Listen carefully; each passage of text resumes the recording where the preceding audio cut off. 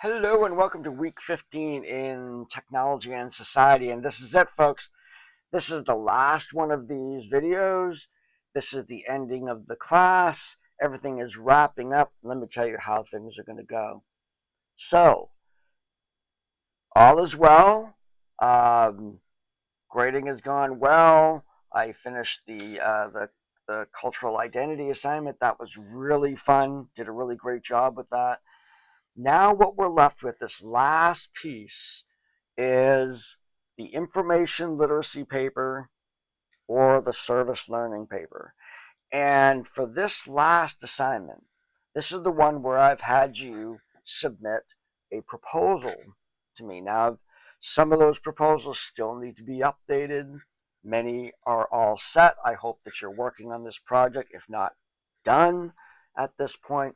I want to give you some special guidance in regard to each one of these assignments. The service learning paper first. There's a couple of you that are doing the service learning project.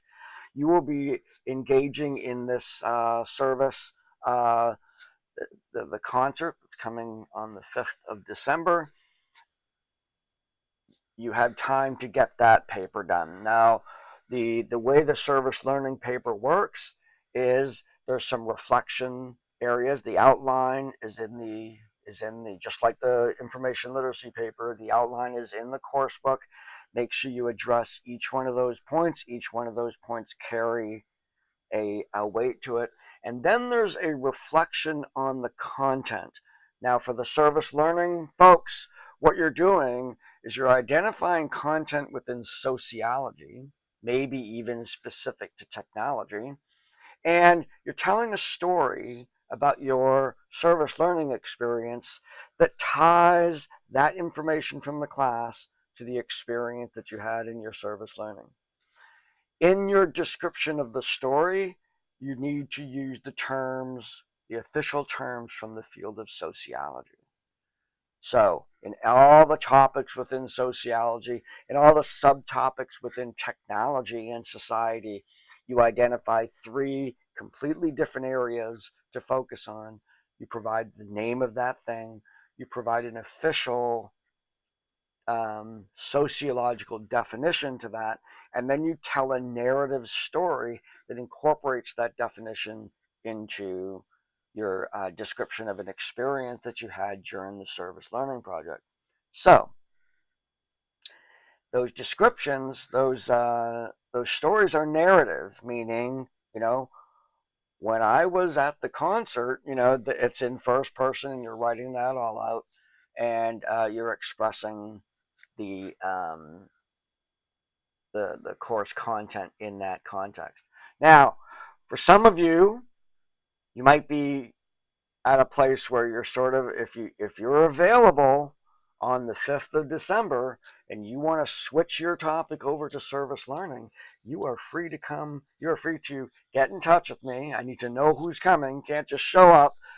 You need to know who's coming. If you want to come and do that one event and support Music at Moody and support my efforts to do that, this is a service learning opportunity that's coming this week. You are certainly able to do that. I will find you things to do, even if it's just being present so that you can help with whatever comes up. There's going to be some setup.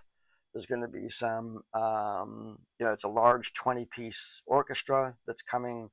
And so we're going to have to help them load in and set up and load out, and certainly help people sit down. Hopefully we get a good crowd and all of that. So most of you, however, are doing the information literacy paper. And this one has a bit more guidelines to it. What you have to do is you have to make sure that the resources that you obtain to answer your research question are reliable and valid. Now, for this type of class, that information can come from a number of sources. It can come from peer-reviewed literature. This is research that has been done by sociologists having to do with that topic. Great source for that. It can also come from government and educational websites. Not Billy Bob's website on this or that. That's not valid. That's, even though it might be true. You might find a website out there that is dead on, has all the great information, and you can't use it because it's a .com instead of a .org or a .edu or a .gov. Those are the websites that you want to go to.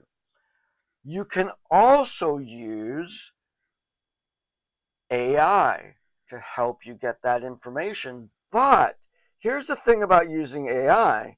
It can help you to get to, summarize some topics and whatnot. I want you to be upfront about that. And then you have to paraphrase that. You can't just keep it as AI. You got to paraphrase it.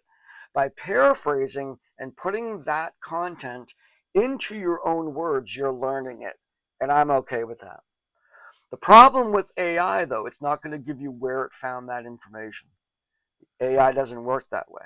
So if you're thinking about using AI in any one of these things, I'm going to ask where you got the information. So just using AI to describe something is not going to work.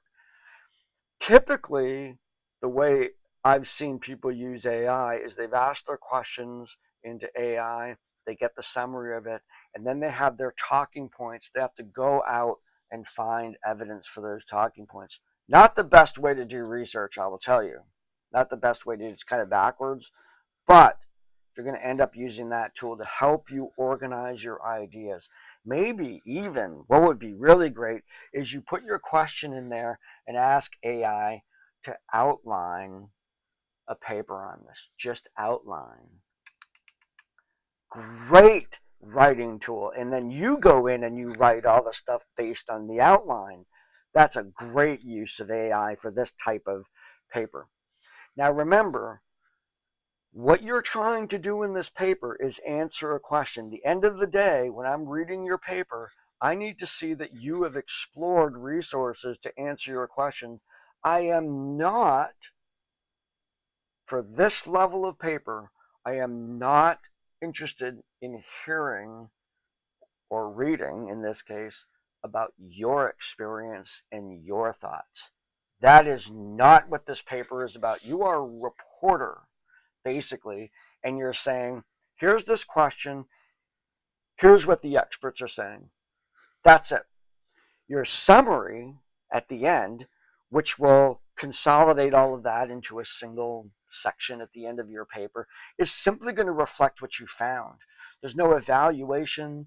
There's no, well, I think, or I've come to the conclusion. None of that. That's not what this paper is. It's an information literacy paper. Information literacy focuses on the skill of being able to look at data and make the determination whether it's valid and reliable, summarize that information into a paper that you could then submit, and it rests on its own. This is what the experts are saying. That's all. You're not trying to convince anybody of something. You're not trying to, sell anything. It's simply reflecting what the research is saying, what experts are saying in that particular field. So write that accordingly. In both of these papers, writing clarity is incredibly important. You need to use section titles that are in bold, just in terms of the format. So bold section titles that correspond with the grading rubric. You need to write things in a way that is clear, succinct, and demonstrates an understanding of what you are trying to say.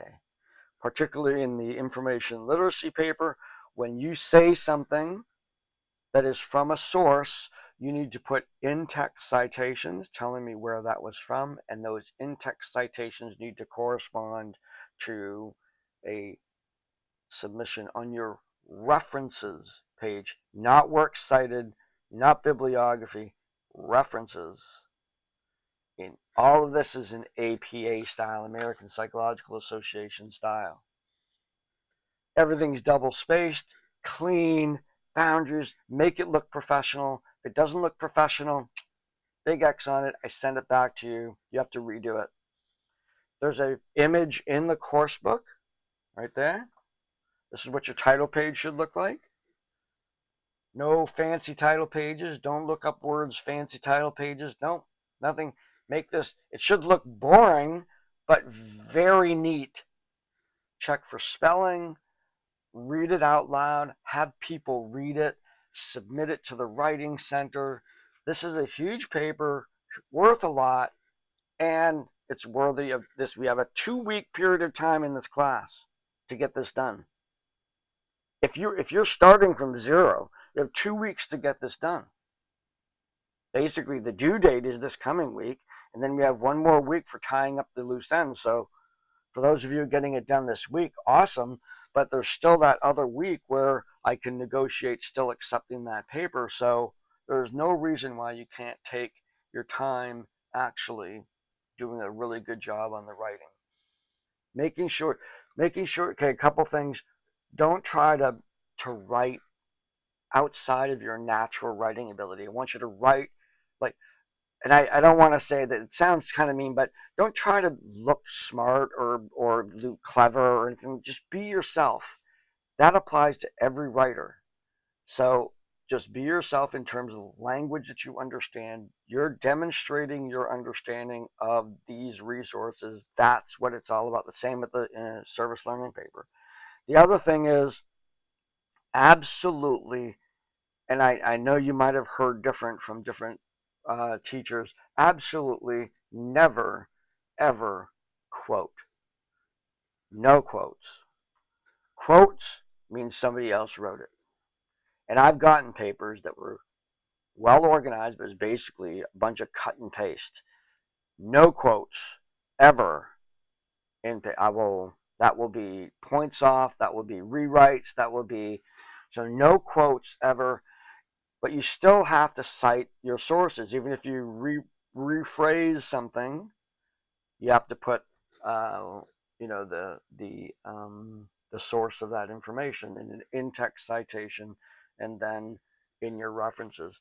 This is a learning curve for some of you. Many of you have not written a paper like this before, so take the time to look up resources available online for free on how to do in-text citations, how to do a references page, how to write your paper in APA style. That's part of what this paper is teaching you. It's part of why working on this very early in the semester, as I've encouraged people to do, is a good thing, because it gives you all that time to be able to get all of these details nailed down. So that said, this can be done. This is a paper that could be done in a couple days if you just set your mind to it. But I'm going to say it, don't half-ass this paper. Not going to work. You need to put the time in to get your sources, write an introduction, review the material that you found, write a conclusion summarizing what's above, and then put your references in. And your goal, keep this in mind, is that you have a research question, that topic. What is the relationship between blah, blah, blah? What is the effect of blah, blah, blah? Your resources should address that question. It's not going to be a comprehensive answer. That's not what this is about. It's getting a set of resources that tell you something about that topic from which you can draw summary conclusions about what the data says. So I hope I have drilled that in enough. Listen to this, read all the instructions that are available in the course book. Those instructions have developed over the years to provide as much clarity as possible to what I'm expecting. And I look forward to your topics because they're often very interesting for me. I hope you have picked topics that are interesting for you. So this ends this part of the class in terms of these videos. We go into this week with this final project due. And then the week after that is the follow-up to make sure that all of our, all our tying loose strings and all that stuff before I get into submitting grades. So please reach out if there's any questions. This class has been wonderful. Really enjoying the kind of content that we're going through. End strong, put the time in for this paper. It's the only thing that is due this week. So make that happen. Reach out with any questions and have a great week. And I will see you later.